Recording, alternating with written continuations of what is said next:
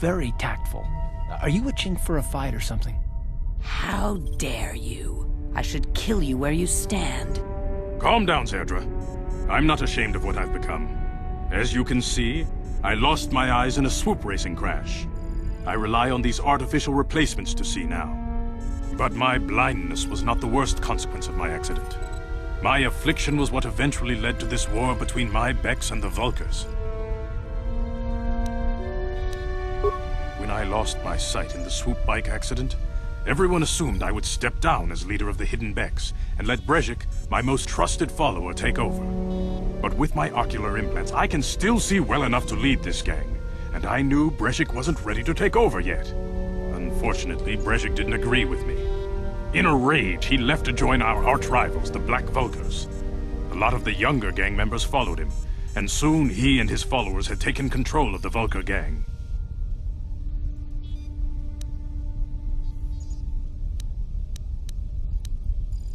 Brezhik is a proud man. My decision was a public humiliation for him. Maybe if I had stepped down, this gang war could have been avoided. Don't fool yourself, Gadden. Brezhik wants to control the lower city gangs. If you'd stepped down, he'd have led the Becks against the Vulkars. He wanted this war, one way or another. I know you're right, Zerdra. Brezhik won't rest until I am dead and the Becks are no more. But it's hard to accept the truth of his betrayal. Your time would probably be better. A foreign army invades Terrace. If the Sith ever moved in down here. Don't fool yourself. But so far,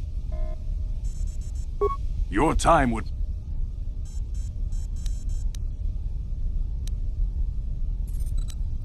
When I lost my sight in the swoop bike accident, everyone assumed I would step down as leader of the Hidden Beck.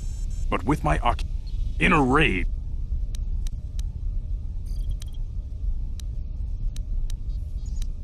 your time would probably... Not while the Sith quarantine is in place.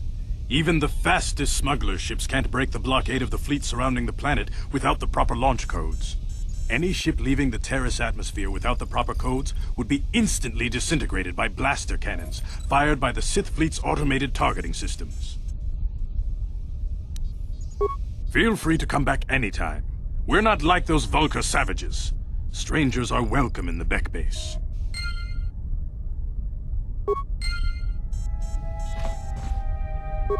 You can speak to Gadden if you want, but I've got my eye on you. You try anything and you'll be vaporized before you can say Vulkar spy.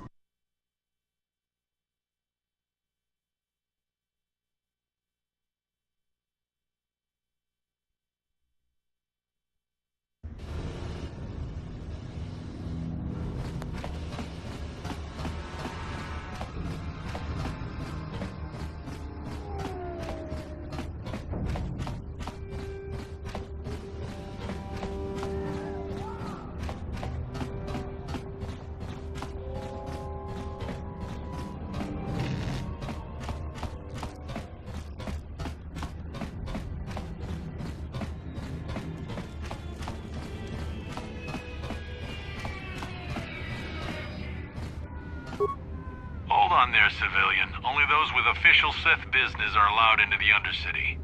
Unless you've got the proper security papers, you better just turn around and go back the way you came. Let me see. Yeah, these look to be in order. Okay, you can go down if you want. Can't say I envy you, though. The undercity is crawling with mutants. Rat ghouls, they call them. If you see anything moving down there, shoot first and ask questions later.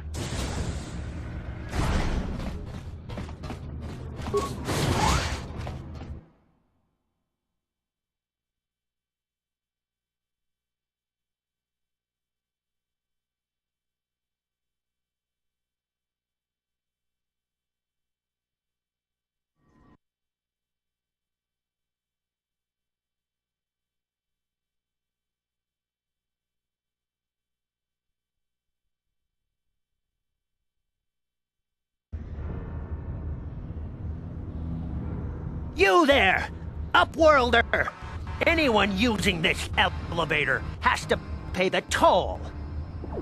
Yeah, this is our elevator. If you use it, you gotta give us something.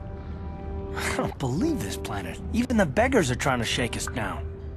5 credits! That's what it costs to use our elevator. 5 credits!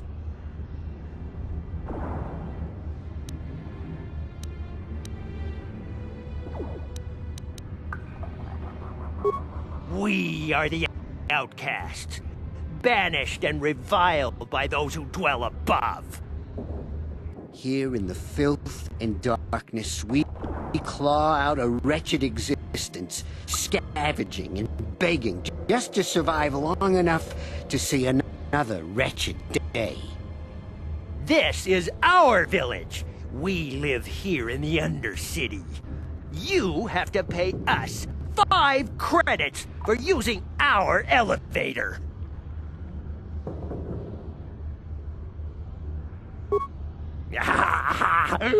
Credits, my brother! We have credits. Now we can buy food and medicine. Hush, or the others will hear us. They'll want our credits. We have to hide them. Go on, you two. Get out of here. I'm sorry about that. Those 2 beggars give everyone in the village a bad name. We aren't all like that, you know. Most of us are good people. I'm sure you are, miss. It's just too bad your little welcoming committee is here to give people a bad first impression. My name is Shalina. You're from the Upworld, aren't you? I've never seen it. I was born here in the Undercity. Is it as nice as they say up there?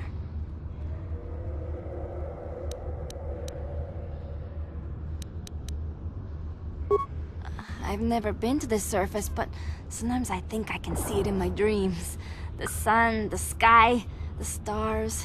It all sounds so wonderful. Gendar, the leader of our village, tells me I should spend more time trying to improve things down here and less time dreaming about something I can never have. Maybe he's right. You probably think I'm a fool, having dreams of a place I've never even seen. But when I was little, Rukil used to tell me stories of what it was like up there.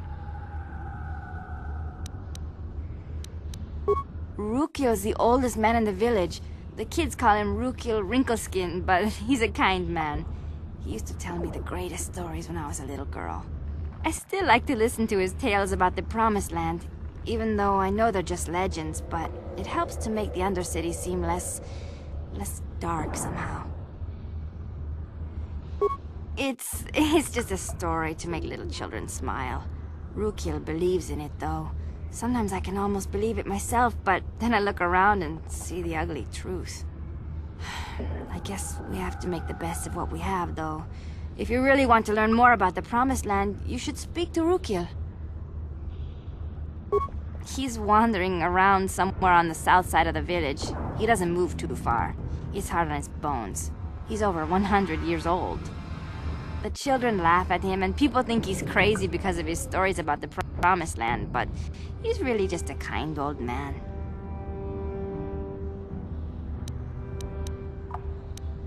He'll be somewhere in the village.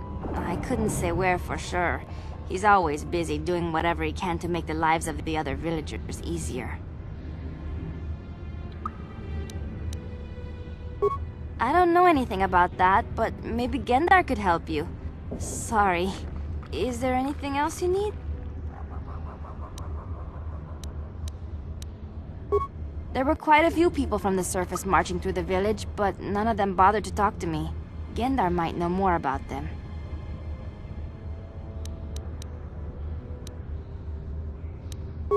Well, I was born here for starters. My parents were outcasts, banished to the undercity for some crime or other. They never really liked to talk about it. Everyone here is an outcast, or the descendants of one. It's tough down here, but we survive. I guess it's easier for me since I've never known anything different. Some of the people have given up all hope. They've become bitter and depressed, but most of us are good people, despite what our ancestors may have done. Gendar could probably tell you more, or maybe Rukil. You could talk to them if you want.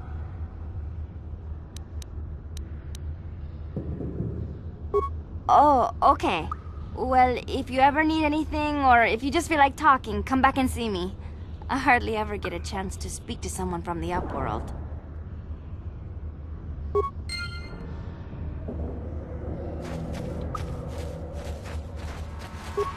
The rat ghouls will devour us all, unless we starve to death first.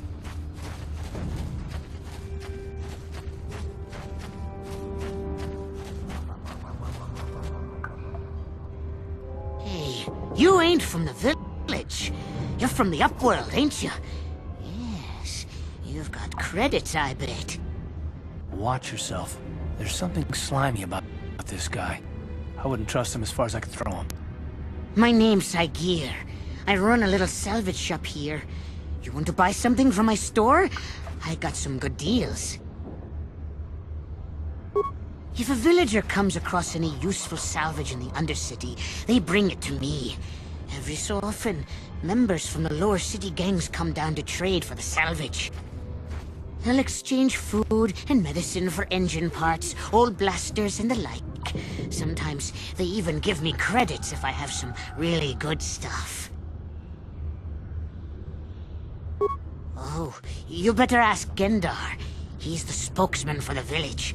I just run the store. I don't want to make him mad by answering any questions. Gendar already doesn't like me. Gendar seems to think I should share the profits of my store with the whole village.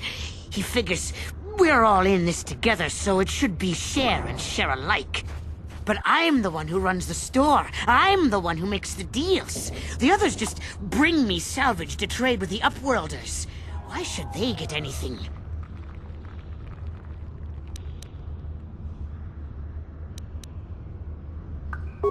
Hey! You don't know what it's like down here! I have to claw and scrape to survive! Nobody else will look out for me, but Gendar doesn't agree with my philosophy. He caught me hoarding supplies a while back. I figured I'd wait until food was scarce and then I could offer it to people who'd follow me instead of Gendar. Then I'd be the leader. But Gendar made me share my hoard. Ever since then, he hasn't trusted me. He keeps me around because of my store, though. Without it, this village wouldn't stand a chance. Yeah, okay. You'll come back and see me if you want a deal.